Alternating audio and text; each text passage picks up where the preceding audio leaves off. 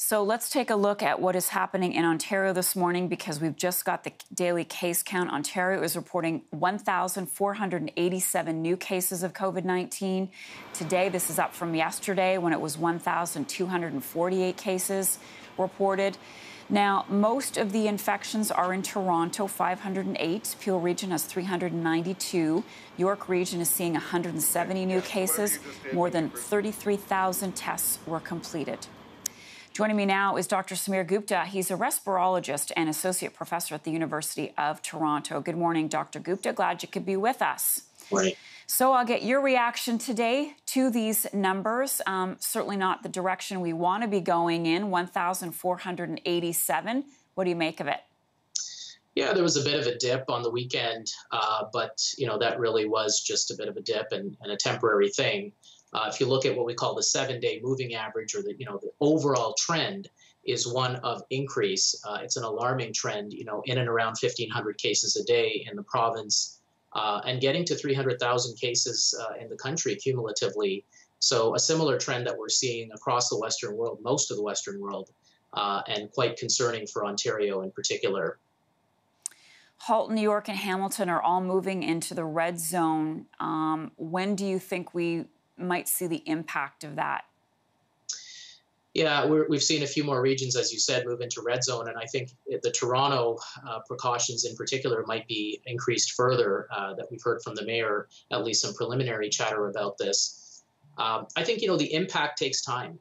If you think about when things move to a new zone of precautions, people will change their behavior, not necessarily right away, but within a few days of that. And then eventually, as you know, it takes some time for the actual infections to show up on our daily counts, because people get infected.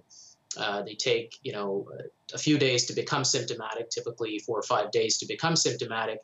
And then they'll take a few days to get tested and a few days for us to see those test results on our daily numbers. So it could be up to 10 days before a significant change in terms of community infections are reflected in our daily numbers. COVID-19 is making its way back into long-term care homes. And one of the main questions, if not the question, is why? Why is this happening after what we saw in the first wave of the virus, Doctor?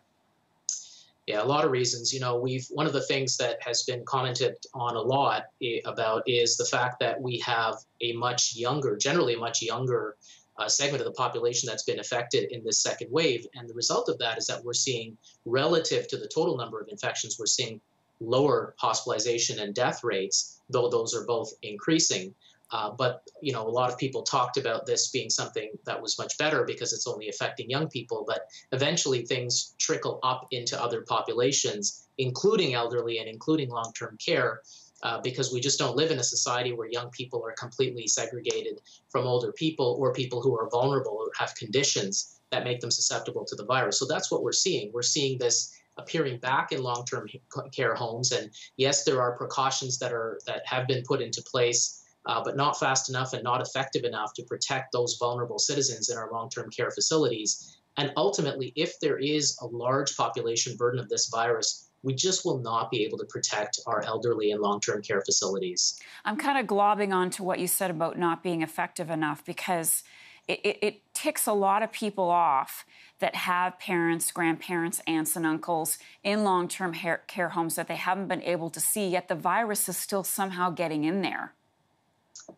Yeah, and it's, the rules have changed over time. The rules have been confusing at times, and the rules have been different in different parts of the province. But ultimately, the people who work there are still younger people, and those people are being affected. If you have a high community transmission rate, some of those people will be affected by this virus. And as you know, because there is an asymptomatic transmission period, that's how we got into trouble the first time, and that's likely what's happening this second time as well.